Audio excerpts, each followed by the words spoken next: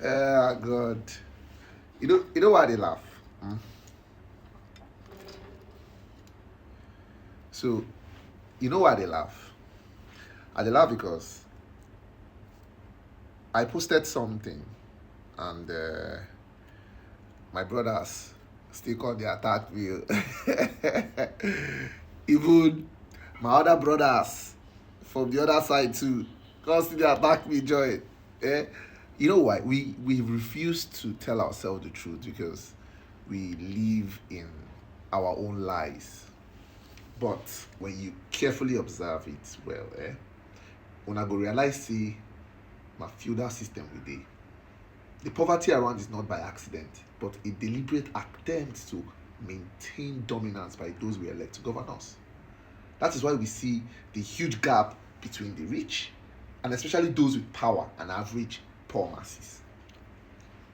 People don't understand what feudalism is, the feudal system. It's a self-dom and is one of the main labor methods of feudalism. Poverty and ignorance are the main ingredients in the maintenance of a feudal order. The more you know, the more likely for you to ask questions. And the richer you are, the more time you have within yourself to process your thoughts. Your capacity to use your brain and mind, or mind to think, is a challenge to the feudalism or the feudal order. That is why they weaponize the ignorance chasing us as Nigerians around. The poorer you are, the less likely for you to ask questions from those who lord over you. In the past, feudalism was a culture. Nowadays, that culture has metamorphosed into an idea by those who claim they practice democracy. Feudalism can be said to predominantly exist up north. For me, I think the south too, which is why you have a high level of poorer communities and uneducated people within these regions. Feudalism does not work for the basis of the rule of law. It works on the basis of impunity and nepotism.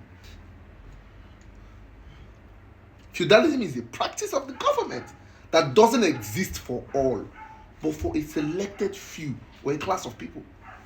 That's why it's impossible to build a nation where there is no equality.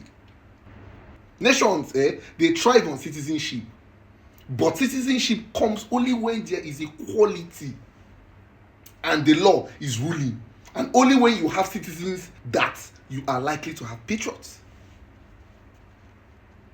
So we have a country, but we don't have citizens, but tribesmen. We have rulers, but no leaders. Because leadership alone, it comes within vision and the ability to foresee problems and solve them. Which of our leaders is the runner? This current Nigeria is forced to engage in Nigeria as a tribesman, which is why when a certain tribe takes the highest seat of office in this country, he installs his tribesmen who may not be competent to or qualified enough for that position. Check our civil service, check our military, check our police. When I go understand what's they talk. Nobody treats you as a Nigerian first, but either as a Yoruba, Igbo, or Hausa. And the only reason why this is happening is the need to preserve the capacity to apply fair advantage.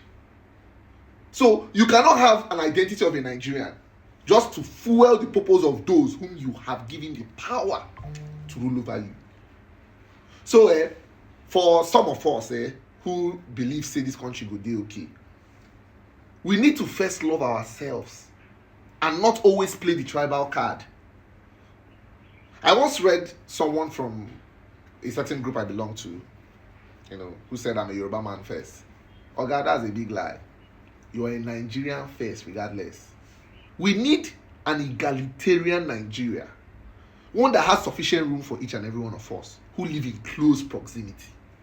Your religiosity, your ethnicity should not matter, because it is only when we find his commonality that it becomes easy to isolate those who have oppressed us for years.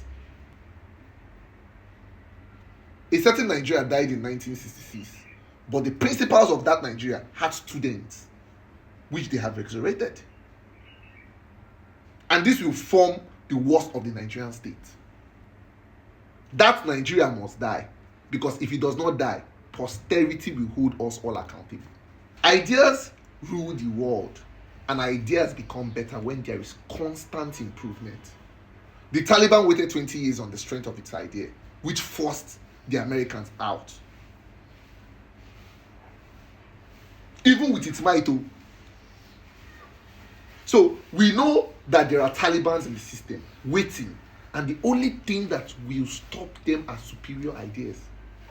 So we need to form a better idea to suppress this feudal system of government. If not, many touts will still be born. Many tribal rulers will be forged. Many incompetent leaders will be born to do the biddings of those who have chosen to enslave you and your unborn children.